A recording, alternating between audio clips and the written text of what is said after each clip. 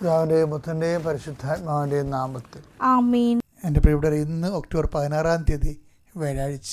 അമ്മേ പരിശുദ്ധമ്മേ, അമ്മേ പരിശുദ്ധമ്മേ, ദൈവമാതാവേ, ദൈവമാതാവേ, കൃപാസനത്തിലൂടെ ഞങ്ങൾക്കും ഞങ്ങളുടെ ദേശത്തിനും അമ്മ മധ്യസ്ഥം തേടി തന്ന എല്ലാ അനുഗ്രഹങ്ങൾക്കും കൃപകൾക്കും ഞങ്ങളിപ്പോൾ ഹൃദയം നിറഞ്ഞ നന്ദി പറയുന്നു. അമ്മേ പരിശുദ്ധമ്മേ, അമ്മേ പരിശുദ്ധമ്മേ, ദൈവമാതാവേ, 2004 ഡിസംബർ 7 ഉച്ചകഴിഞ്ഞ് 2:30 കൃപാസനത്തിൽ സംഭവിച്ച അമ്മയുടെ പ്രത്യക്ഷപ്പെടലിനെ കുറിച്ച് തിരുസഭയ്ക്ക് സമർപ്പിച്ചിരിക്കുന്ന പഠനരേഖകളുടെ മേൽ സഭാത്മകമായ പഠനം ആരംഭിക്കുവാൻ ഞങ്ങൾ പ്രാർത്ഥിക്കുന്നു. അമ്മേ പരിശുദ്ധമ്മേ, ഭൂസ്വർലോകങ്ങളുടെ രാജ്ഞിയായ അങ്ങയ്ക്ക് ഭൗമ സംരക്ഷണത്തിനായി പ്രപഞ്ചപ്രകൃതിയെ തന്നെ തിരുസഭ പ്രതിഷ്ഠിക്കുവാൻ ഈ പ്രത്യക്ഷീകരണ വഴി ഇടയാക്കണമേ. പരിശുദ്ധമ്മേ, ജപമാല മാതാവേ, സകല കൃപാസനം പ്രാർത്ഥനകളോടും ചേർത്ത് ഞങ്ങളിപ്പോൾ പ്രാർത്ഥിക്കുന്ന ഈ കുടുംബത്തിന്റെ പ്രത്യേക നിയോഗം പറമക്കളെ.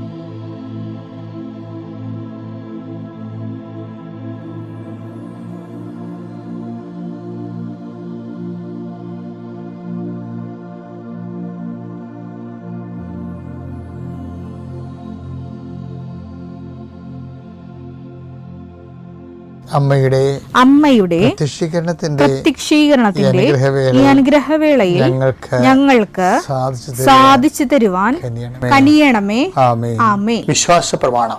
സർവശക്തനായ പിതാവും ആകാശത്തിന്റെയും ഭൂമിയുടെയും സൃഷ്ടാവുമായ ദൈവത്തിൽ ഞാൻ വിശ്വസിക്കുന്നു. അവിടുത്തെ ഏകപുത്രനും ഞങ്ങളുടെ കർത്താവുമായ ഈശോമിശിഹായിലും ഞാൻ വിശ്വസിക്കുന്നു.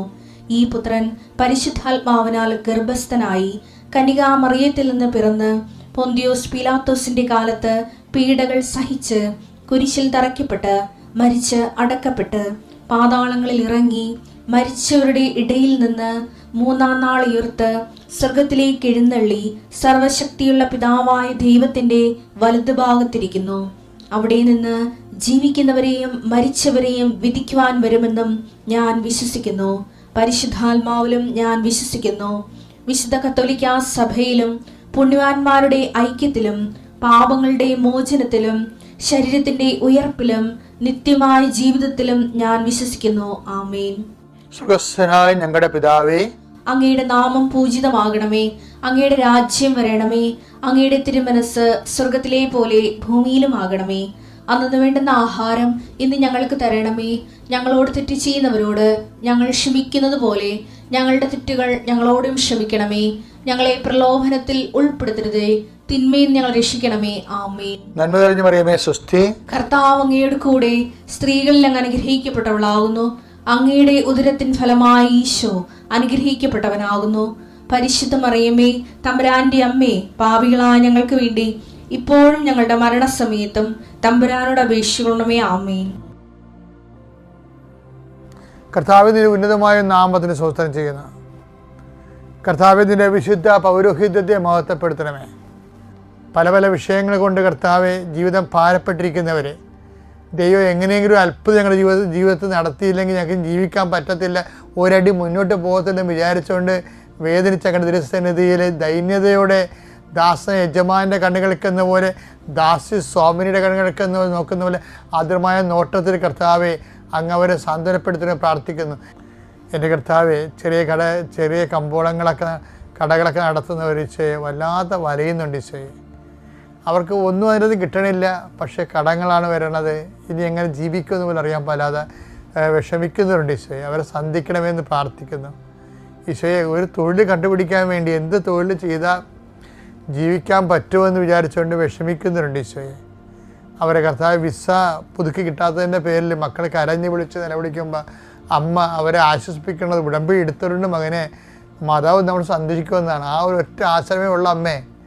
അതെല്ലാ മക്കൾ അങ്ങനെ ചിന്തിക്കുന്ന ഓരോ മക്കളെയും പ്രാർത്ഥന കൂടുന്നുണ്ടെങ്കിൽ തീർച്ചയായിട്ടും കൃപാസന അൾത്താരെ ജീവനുടെ പ്രത്യക്ഷ മാതാവ്, സഞ്ചാരി മാതാവ് ആ മേഖലയിൽ ചെന്നിട്ട് അവരുടെ പ്രശ്നങ്ങളെ പരിഹരിച്ചുകൊണ്ട് അവർക്ക് സന്ധിപ്പ് നൽകുന്നതിന് വേണ്ടി എൻ്റെ കർത്താവിൻ്റെ ഉന്നതമായ നാമത്തിൽ സഭയുടെ അധികാരത്തിൽ കുരിശടയാളത്തിൽ നിങ്ങളെ അനുഗ്രഹിക്കട്ടെ. നമ്മൾ ആധ്യാത്മിക ജീവിതം എന്ന് പറയുമ്പോൾ പ്രാർത്ഥനാ ജീവിതം എന്നാണ് മനസ്സിലാക്കിയിരിക്കുന്നത്. അതാണ് നമ്മുടെ ആധ്യാത്മിക ജീവിതം എന്ന് പറയുമ്പോൾ പ്രാർത്ഥനാ ജീവിതം എന്ന് മനസ്സിലാക്കിയിരിക്കുന്നത്. അതിൻ്റെ പ്രത്യേകിച്ച് കത്തോലിക്കിന് പ്രത്യേകിച്ച് എന്താ കാരണം വെച്ച് കഴിഞ്ഞാൽ പിന്നെ പെന്തക്കോസ്റ്റൽസും അങ്ങനെ തന്നെയാണ്. ആധ്യാത്മിക ജീവിതം എന്ന് പ്രാർത്ഥനാ ജീവിതമാണ്. അതുകൊണ്ട് എന്താ സംഭവിക്കുന്നത് പറയാം, നമ്മുടെ ട്രെയിനിങ് കിട്ടിയിരിക്കുന്ന ട്രെയിനിങ് അതാ. ഇപ്പം ആലപ്പുഴ ഞങ്ങളുടെ ഈ സൈഡിലെല്ലാം സന്യാസ സഭകളാണ്, മിഷണറിമാരല്ല ട്രെയിൻ ചെയ്തെടുത്തിരിക്കുന്നത്. അപ്പോൾ ഈശോ സഭക്കാരുടെ ട്രെയിനിങ് ഭയങ്കര രസമായിരുന്നു. ആ ട്രെയിനിങ് പിന്നെ കിട്ടിയില്ല. ഡച്ചുകാർ വന്നപ്പോൾ ആ ട്രെയിനിങ് പോയി. അത് വേറൊരു ട്രെയിനിങ് ആയിരുന്നു. പിന്നീട് വന്നവർക്ക് കൂടുതൽ ഭക്തിക്കായും ആയിരിക്കും പ്രാധാന്യം വന്നത്. അതുപോലെ ഇപ്പോൾ ഈ മേഖലയിലുള്ളവരെല്ലാം വളരെ ഭക്തിക്കാരാണ്. പക്ഷെ ജീവിതത്തിലെ നിലപാടുകൾ വരുമ്പോൾ ഭക്തി വേറെ, നിലപാട് വേറെയായിട്ട് മാറും. അങ്ങനെ ഒരു പ്രശ്നങ്ങൾ നമ്മൾ പലപ്പോഴും ക്രിസ്ത്യൻസിൻ്റെ ഇടയിൽ അഭിമുഖീകരിച്ച് വരുന്നുണ്ട്.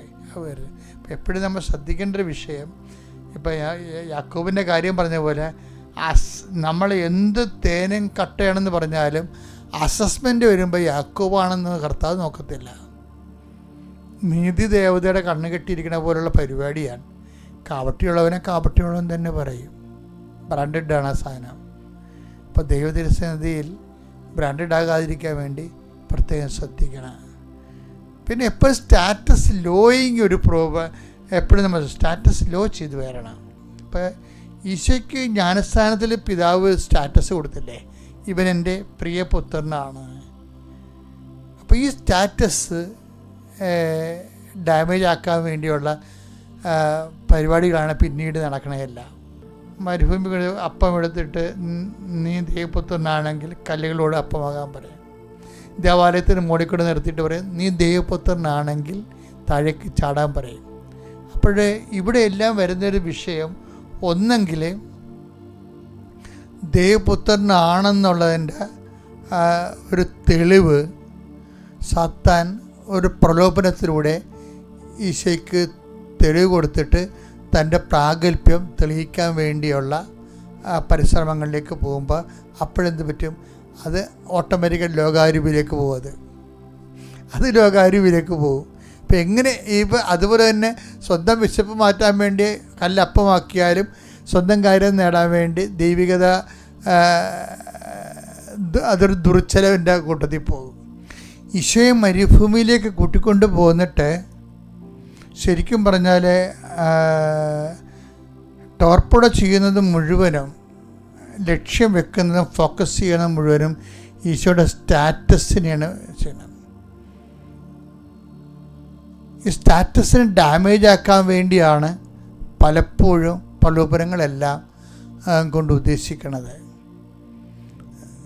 എപ്പോഴും നമ്മളുടെ ദൈവികമായ സ്റ്റാറ്റസ് നിലനിർത്തിക്കൊണ്ട് തന്നെ നമ്മളിലുള്ള ലോകത്തിൻ്റെ സ്റ്റാറ്റസ്, ലോകം നൽകുന്ന സ്റ്റാറ്റസ് ക്രമേണ സബ്സൈഡ് ചെയ്യുന്നിടത്ത് വെച്ചാണ് ഒരു പ്രായോഗികമായ ഒരു സുവിശേഷ വിഹിതമായ ആധ്യാത്മികത രൂപപ്പെട്ടു വരുന്നത്.